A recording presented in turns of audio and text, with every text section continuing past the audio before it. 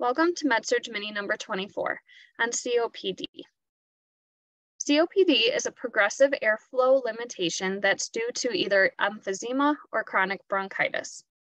Emphysema involves alveoli destruction as chemicals break down the elastin in the lungs. Therefore, lung elasticity loosens, causing hyperinflation of the alveoli. The alveoli are then unable to recoil after exhalation, causing small airways to collapse and trap in air. This trapped air increases the amount of carbon dioxide retention, and that can cause respiratory acidosis and other symptoms. Chronic bronchitis is a small airway disease with increased sputum production and cough for at least 3 months each year for over 2 years. In order for this to happen, the bronchi and bronchioles become inflamed following exposure to irritants, and this increases mucus production as the inflammation worsens. The mucus production is often thick and it coats the bronchus walls, causing obstructions.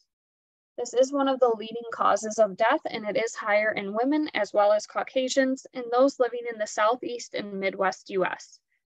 Risk factors would include cigarette smoking, occupational and chemical exposure, air pollution, and alpha-1 antitrypsin deficiency. There's different levels of severity with COPD, starting with Gold 1, which is a mild form, and this is an FEV1 of 80% or less. Typically, the patient will be asymptomatic at this point. And FEV stands for forced expiratory volume.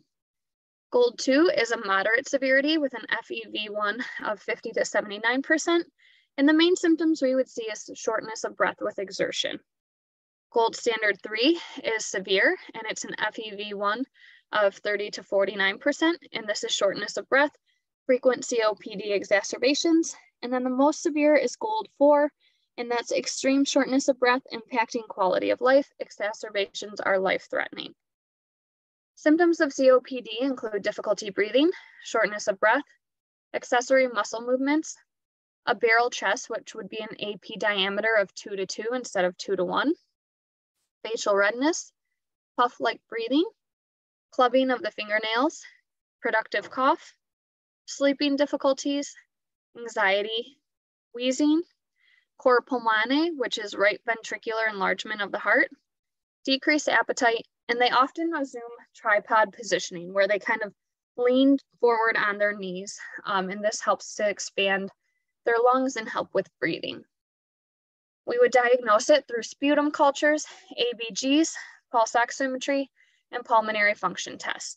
The pulmonary function test would include spirometry, forced vital capacity, and forced expiratory volume. We would also do a chest x-ray and CT scan to rule out any other causes. Core treatment involves assessing and monitoring exacerbations, reducing risk, managing stability, and managing exacerbations. We can do this by providing bronchodilators, beta-2 adrenergic agonists, anticholinergic medications, bronchodilators in a meter dose inhaler form, as well as glucocorticoids in a meter dose inhaler form. Complications would include respiratory failure and nursing problems such as impaired gas exchange, impaired airway clearance, activity intolerance, and anxiety. Education would be to encourage the patient to remain positioning in a semi-Fowler's position to improve respiration, to consume small and frequent meals, to increase dietary supplements since they often will be malnourished, teach them pursed lip breathing and energy conservation methods, educate them on medications, and also educate them on any vaccine needs. They are going to be at increased risk for infection, so we would want to make sure that they're up to date on their vaccines. And that wraps up our discussion on COPD.